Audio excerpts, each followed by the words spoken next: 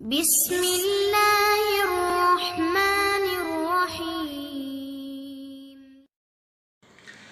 Assalamu alaikum students, I am Wahid Akhtar and you are watching my YouTube channel Students of First Year Class। आज हम अपना lecture number 7 first chapter का करने जा रहे हैं। नए आने वाले स्टूडेंट्स जो है वो सबसे पहले इस चैनल को सब्सक्राइब कर लें और बेल आइकॉन जो है उसको यूज़ करें ताकि मेरी हर नई आने वाली वीडियो जो है वो आपको इन टाइम मिल सके। तो स्टूडेंट्स एक्सरसाइज 1.2 का हम क्वेश्चन नंबर आज 30 करने जा रहे हैं जो कि वेरी इंपॉर्टेंट है, just like a theorem. Statement आपके सामने है, prove that sum as well as the product of any two conjugate complex number. सबसे पहले तो दो कॉम्प्लेक्स कॉन्जुगेट नंबर लेने हमने।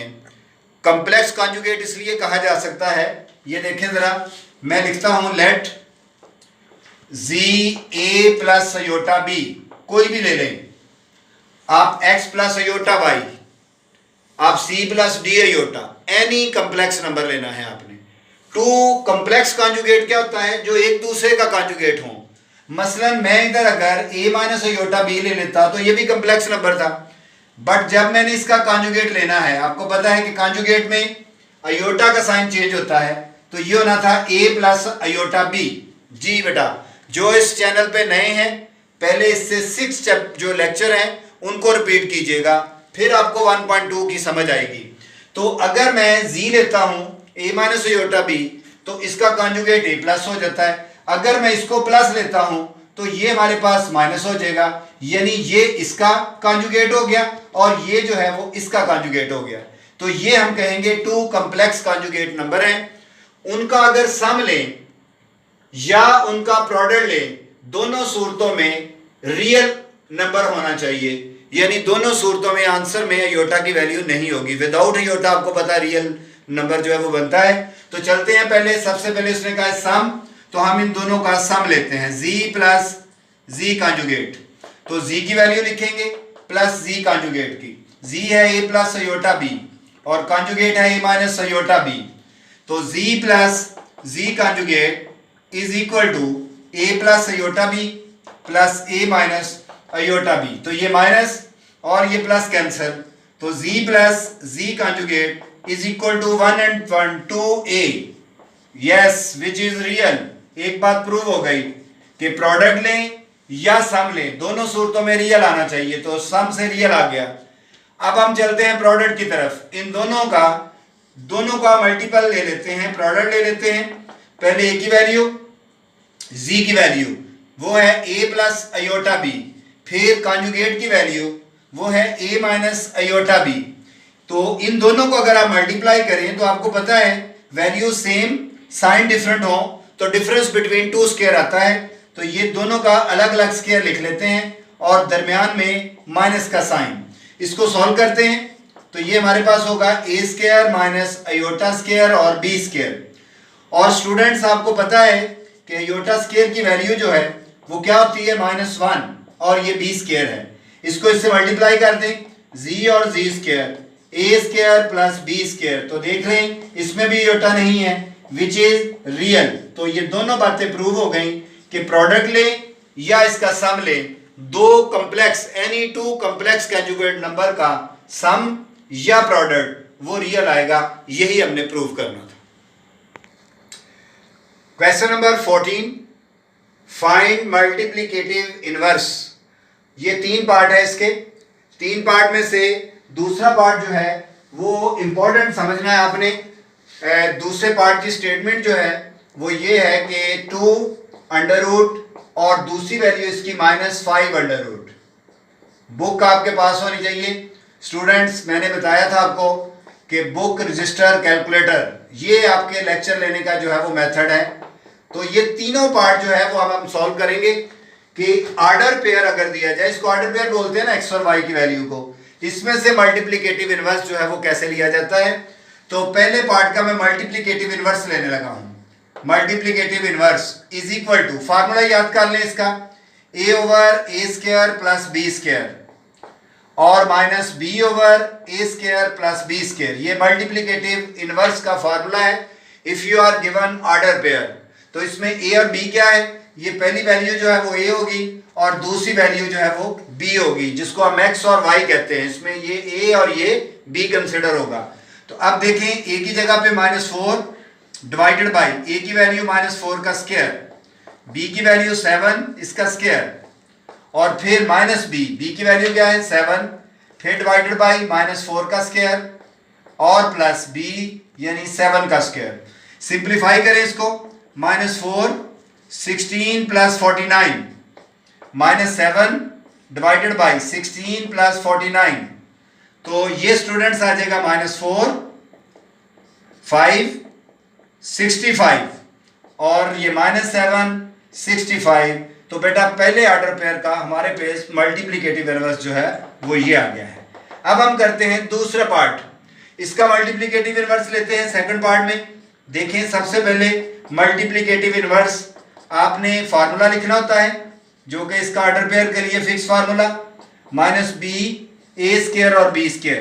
तो अब देखें स्टूडेंट्स, इसमें ये होगा और b की वैल्यू ये है, तो a पुट करें इसमें 2 under root divided by 2 under root का square and plus -5 under root का स्क्वायर, और इसमें पुट करें वैल्यू b की value -5 under root divided by a हमारे पास है 2 अंडर रूट इसका स्क्वायर और प्लस b हमारे पास है -5 अंडर रूट का स्क्वायर।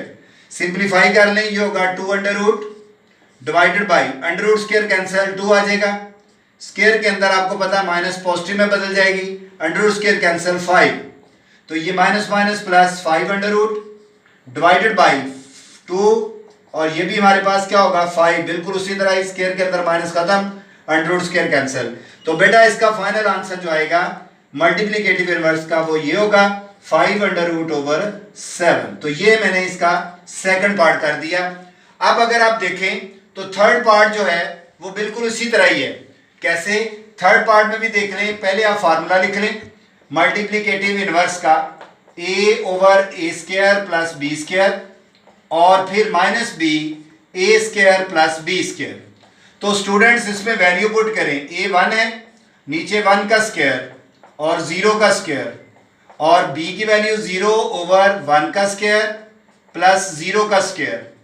तो ये आपको पता है 1 डिवाइडेड बाई 1 प्लस 0, और आपको पता है 0 ओवर समथिंग क्या होता है 0, इसको आप डायरेक्ट 0 लिख दें, 1 ओवर 1 होगा, 1 और 0 हमारे पास ये थर्ड पार्ट का आंसर आ गया। तो क्वेश्चन नंबर 14 में ऑर्डर पेयर अगर दिया जाए तो उसका ये वाला फार्मूला यूज करके मल्टीप्लिकेटिव हमने इनवर्स फाइंड कर लिया। नेक्स्ट है 15 क्वेश्चन फैक्टराइज। फैक्टराइज का आपको रूल जो है वो 9th क्लास में 10th में भी आपने पढ़ा हुआ है। मैं फर्स्ट पार्ट को पहले फैक्टराइज करने लगा हूँ। इसमें अगर देखें तो आपके सामने ये 2 स्क्वायर बन रहे हैं, ये a² प्लस 4b²। तो आपने जो फैक्टराइजेशन का रूल पढ़ा हुआ है वो पढ़ा है डिफरेंस बिटवीन 2 स्क्वायर। ये अगर देखें तो a² माइनस b² क्या होता है, एक दफ़ा प्लस और एक दफ़ा माइनस। तो क्यों ना हम इसको इस तरह से बना लें कि इनके दरमियान में माइनस आ जाए, क्योंकि 2 स्क्वायर तो बन रहे हैं। तो स्टूडेंट हम इस तरह करते हैं कि इसको लिखते हैं a² और प्लस को मैं कुछ इस तरह से लिखने लगा हूं -1। देखिए कोई फर्क नहीं पड़ेगा, माइनस माइनस प्लस कोई फर्क नहीं पड़ेगा, और ये वैल्यू वैसे लिख दी। ऐसा मैंने क्यों लिखा, देखिए जरा, a² माइनस, आपको पता है कि योटा स्क्वायर की वैल्यू क्या होती है -1, तो -1 की जगह पे योटा स्क्वायर लिखा जा सकता है। मैंने इसको योटा स्क्वायर लिखा, ये आ गया 4 और ये b²। अब देखिए तो ये बन रहा है हमारे पास a का स्क्वायर, और इस पे गौर करें तो ये भी किसका स्क्वायर बन रहा है, 4 2 का है, अयोटा स्क्वायर अयोटा के और b। अब ये 2 स्क्वायर दरमियान में माइनस, यही फार्मूला यूज करेंगे, a प्लस 2 अयोटा b और a माइनस 2 अयोटा b। तो मैंने अपने क्वेश्चन को फैक्टराइजेशन के रूल में कन्वर्ट करने के लिए ये प्रोसेस अप्लाई किया, माइनस और ये माइनस का, और फिर इस -1 की जगह पे ये अप्लाई कर दिया। सेकंड पार्ट पे आए अगर तो इसको भी फैक्टराइज करना है, तो देखें 9a² 16b²। तो इसमें भी बेटा कॉमन फैक्टराइजेशन का पहला रूल है, उसमें से इसमें से कॉमन तो कुछ नहीं आ रहा, बट 2 स्क्वायर बन रहे हैं, लेकिन अगर ये 2 स्क्वायर और दरमियान में माइनस आ जाता तो उसी तरह ही फार्मूला बनना था। तो ये भी हम उसी तरह ही सॉल्व करते हैं। देखिए इसको लिखते हैं 9a स्क्वायर, यहाँ पर माइनस और ये -1, फर्क कोई नहीं पड़ेगा, माइनस माइनस प्लस। लेकिन अब आपको पता है कि ये माइनस कितने काम की है कि इसकी जगह पे योटा स्क्वायर लिखा जा सकता है।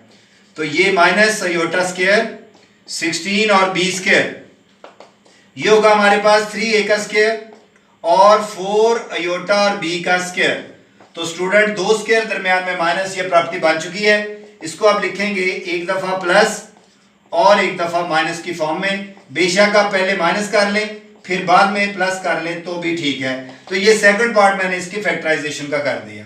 अब चलते हैं इसके थर्ड पार्ट की तरफ। लास्ट पार्ट इसका 3x square plus 3y square, इसको फैक्टराइज करना है। तो स्टूडेंट पहले बेसिक रूल कॉमन आ रहा था तो कॉमन ले लें 3 और x square plus y square. अब फिर ये 2 स्क्वायर बन चुके हैं लेकिन दरमियान में माइनस नहीं है, उसी तरह ही इसका माइनस दरमियान में बनाएं, x स्क्वायर माइनस -1 और ये y स्क्वायर।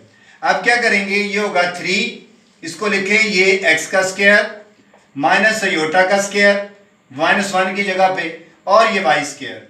अब बच्चों इसको लिख सकते हैं आप कि ये बन रहा है x का स्क्वायर और ये किसका है, अयोटा और y का स्क्वायर। तो डिफरेंस बिटवीन 2 स्क्वायर में आप फार्मूला लिख लेंगे क्या, एक दफा इसको प्लस की फॉर्म में लिख लें और एक दफा माइनस की फॉर्म में, जो मर्जी फॉर्म पहले लिख सकते हैं। तो ये हमारे पास तीसरे पार्ट की फैक्टराइजेशन आ गई। इन क्वेश्चंस को बेटा रिपीट कीजिएगा। आपको अगर समझ आ रही है तो इस वीडियो को लाइक और शेयर ज़रूर कीजिएगा ताकि आपको पूरे सिलेबस की जो वीडियोस है वो इन टाइम मिलती रहे। रिपीट करना आपके लिए बहुत ज़रूरी है। नेक्स्ट लेक्चर तक के लिए अल्लाह हाफिज़।